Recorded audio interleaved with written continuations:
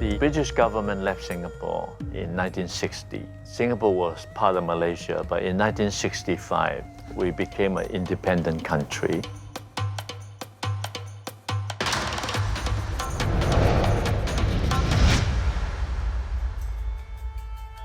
Singapore achieved 4 things: no homeless, no more squatters, no poverty ghettos, and no ethnic enclaves. That means our 3 major races, Chinese, Malay, and Indians, they're all mixed together.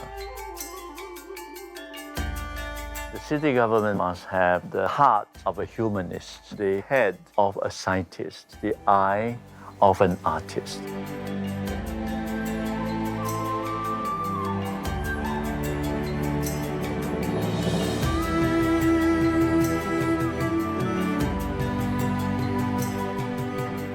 By 1985, Singapore basically became a modern city.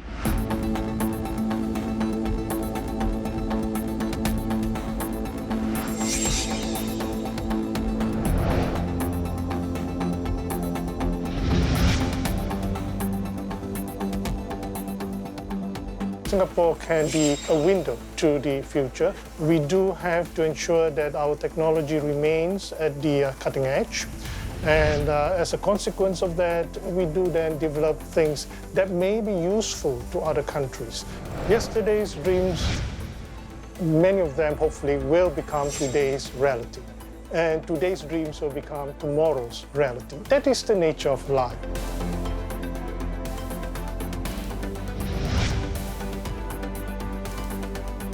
We want to test solutions that haven't been tested elsewhere, and we need to do so. Some people like to say necessity is the mother of invention. And so for Singapore, that's absolutely true. If other people can't find a solution, we'll try and find it. I like to think that we can serve an example for the rest of the world. It provides an inspiration for others to do more. I think we're happy to play that role.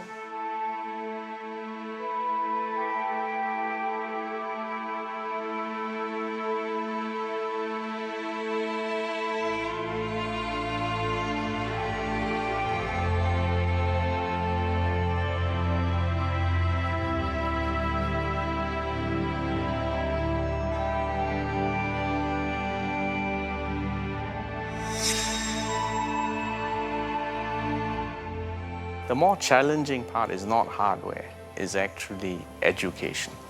Making sure that everyone, young, old, rich, not so rich, has access to these same tools. We need to make sure we don't have anyone or any segment of our society that's left behind. And that, I believe, is a key role for government. That's also part of the formula for happiness.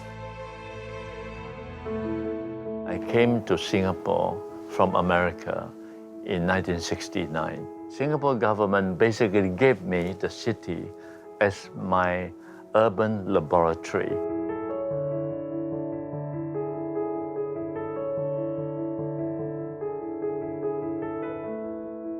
Singapore is a very high density area. So how do you create an illusion that it is not high density? I got the idea from Europe, the European chessboard. European chessboard, you have black square, white square, black square, and white square. So I put the high density housing in the black square, and white square you put schools, gardens, sports field.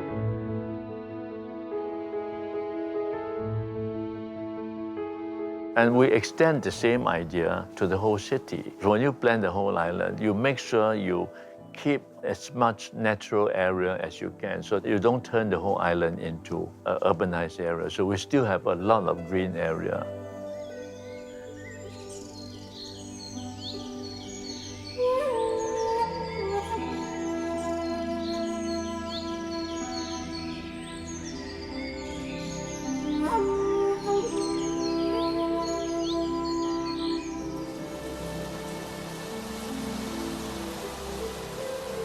We have a large number of park area per person in Singapore, despite our small land size. And I think that has a huge effect on the well-being of people. We have a great quality of life here.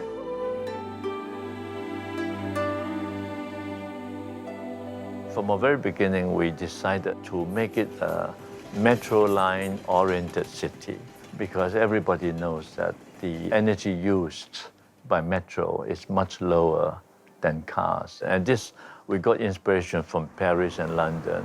So today in Singapore, you can go almost anywhere by metro. When you get out of metro, you can get a bus to go to your house. The city must function very well. In fact, I asked a lot of foreigners who work in Singapore, why do you give up your big country to come to a small place like this? 100% of them, within 3 seconds, say, because everything works here.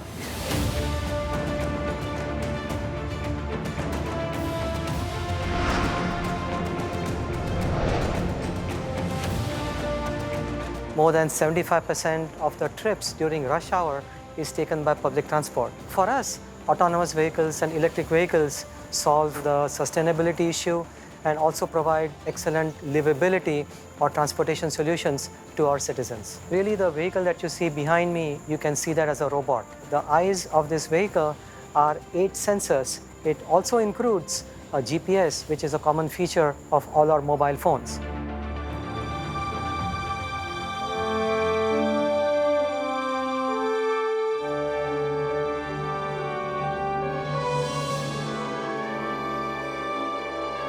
If you had asked 5 or 10 years ago, driverless vehicles would have been more in the science fiction range. Some of these technologies would become available in the next 2 or 3 years at a very affordable cost. By introducing most of the public transport using electric vehicles, we will reduce our CO2 emissions by almost 30%. And that is important from our Singapore's Paris Agreement.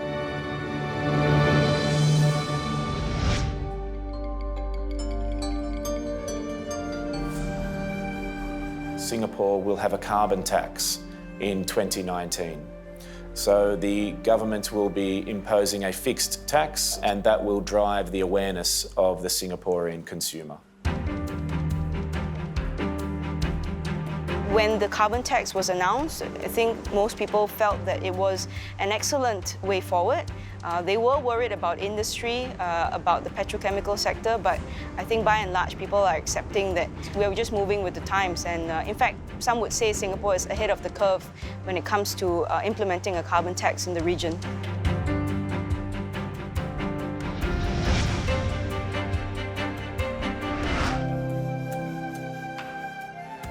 By converting oil-fired plants into gas is already a major step in reducing carbon emission in Singapore. But now the next step is actually adopt renewable energy. The most abundant energy is the sun. It can actually match our peak demand, which is still in the middle of the day, perfectly.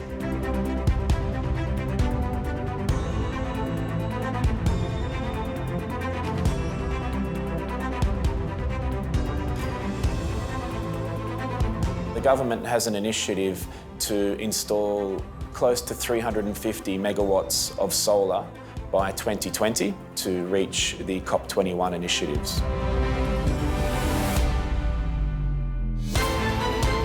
Solar energy is still the only promising source of renewable. We can roll out almost every household, every building, every land that we can put on with solar system.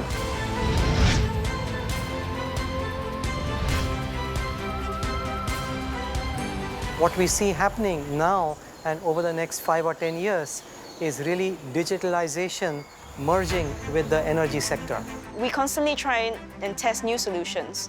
So smart technology is already prevalent in Singapore. Smart grid and smart metering provide a new set of opportunities for all industry players. It allows the consumers to be more aware of the consumer behavior that they have, as well as the impact to the environment.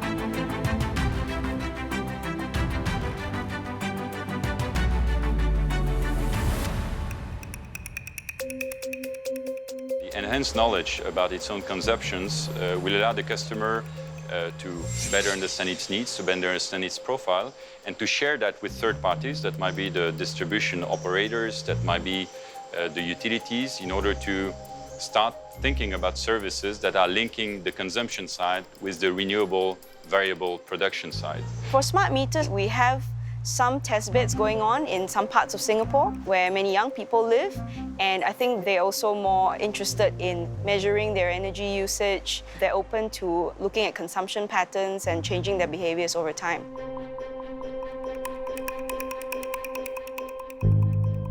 There is a lot of potential if we actually empower the consumer with data. So smart grid and also smart metering is one of the key requirements, that we can actually maximize the solar power here in Singapore.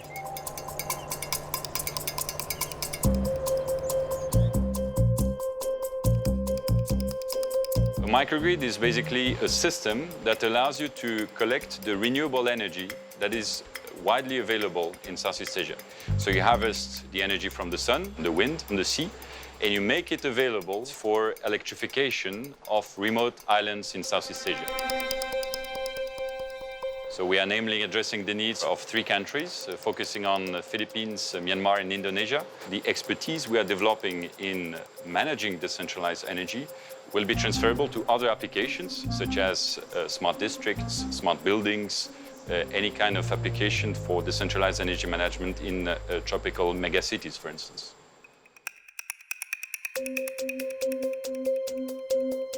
Oftentimes, there's a lot of research, but this does not necessarily lead to solutions which are useful to the community. So ultimately, the community is our stakeholders.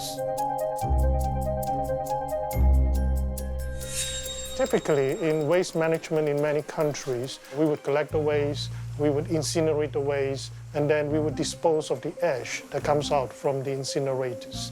But in Singapore's context, there is a major issue because we are a very small country.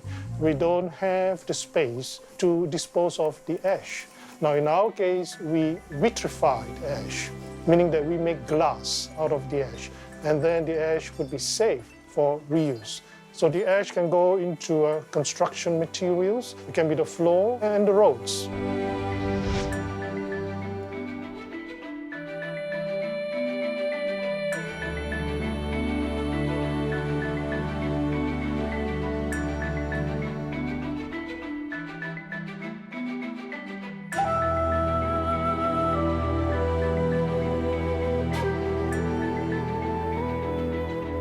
Our children, when they go to school, they would be educated on the need to look at water and, in addition, energy in a very serious manner. We do have a lot of rain. This is a tropical country. The problem is we don't have sufficient space to store the water that falls down on us. So this must mean that we have to be able to conserve water. We have to be able to use the water in a prudent manner and reduce wastage. We have very low water wastage here in Singapore. So on the one hand, we reclaim water from used water. On the other hand, we produce fresh water from saline water.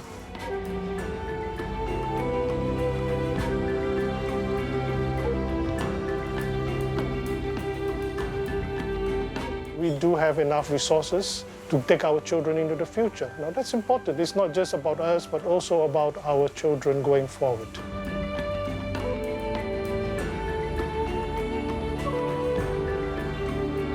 The government thinks long and hard about the next generation. Every decision that is made is a long-term decision.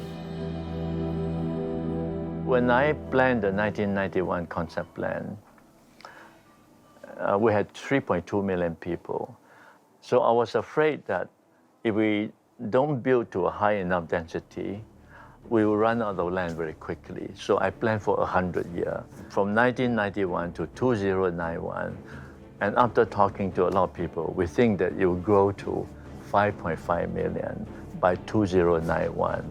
Even though we increase the population to 10 million, we will still keep all the important green area, all the water bodies. Then you can continue to use a chessboard system to increase the new population, not in one area, but spread it out. Each time you plan, you must use a lot of skill, a good team of professionals to create good plan. It's like a conductor to an orchestra. You have to create music, create art.